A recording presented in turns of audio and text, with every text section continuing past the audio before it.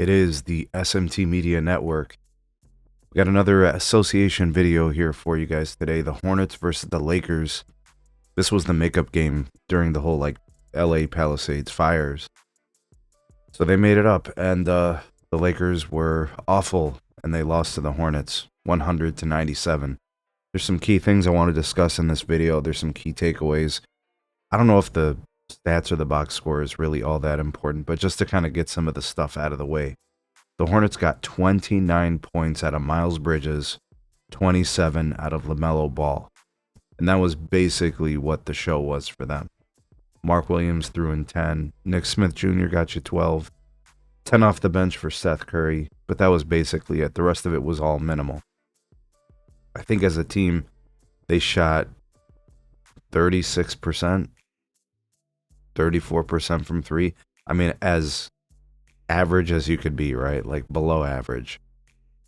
And I don't know, 17 turnovers. That's, I mean, maybe that's what they typically average. Maybe one or two more turnovers. I don't really see anything out of the ordinary there, but I don't know. That's really it from them. The Lakers were trash.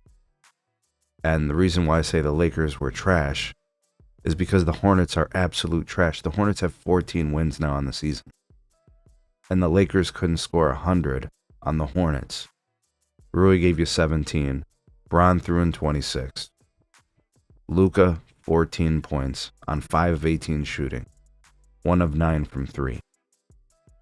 He did have 11 rebounds and 8 assists, so he was active. It's not that Luka wasn't, engaged in the game. He just didn't shoot well. 1 of 9 from 3. LeBron, for what it's worth, going into the last minute, I think was 4 of 9 shooting from 3-point.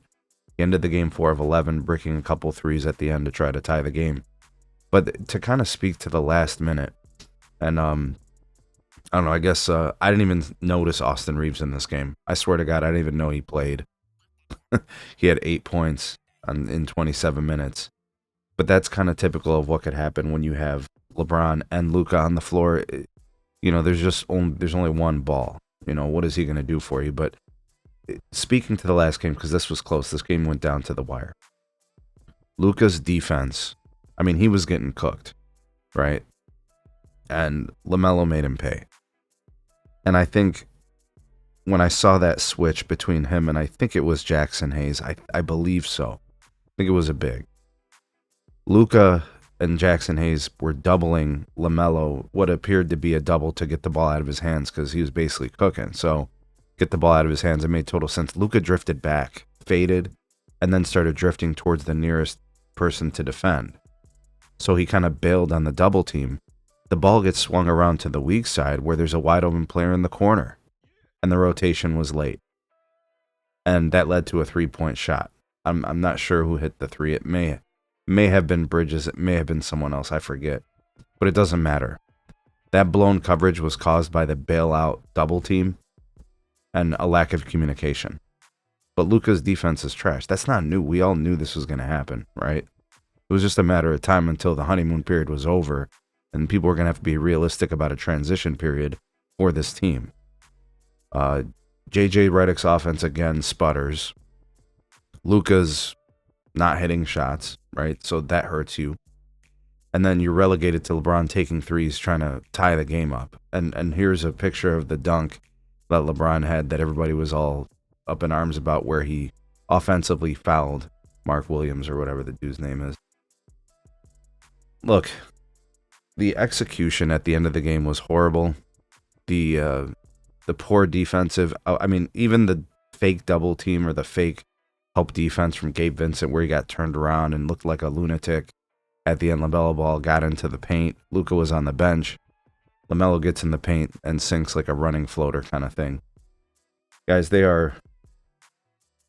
This is the Lakers. This is what the Lakers are going to be when you trade away Anthony Davis, when your team is not consistent defensively. Now, I gave the Lakers their props. The week that Anthony Davis got hurt, like a 2-week period where he wasn't playing, the Lakers were playing good defense and they were getting wins. And now we're seeing some regression. that where defensively they're not playing well. They have lost consecutive games to the Utah Jazz and the Charlotte Hornets. Just let that sink in for a second. What good team in the NBA loses consecutive games to two of the worst teams in the NBA? Are you serious? This team needs to develop an identity. It's going to start on the defensive end. I don't care how old LeBron is. I don't care.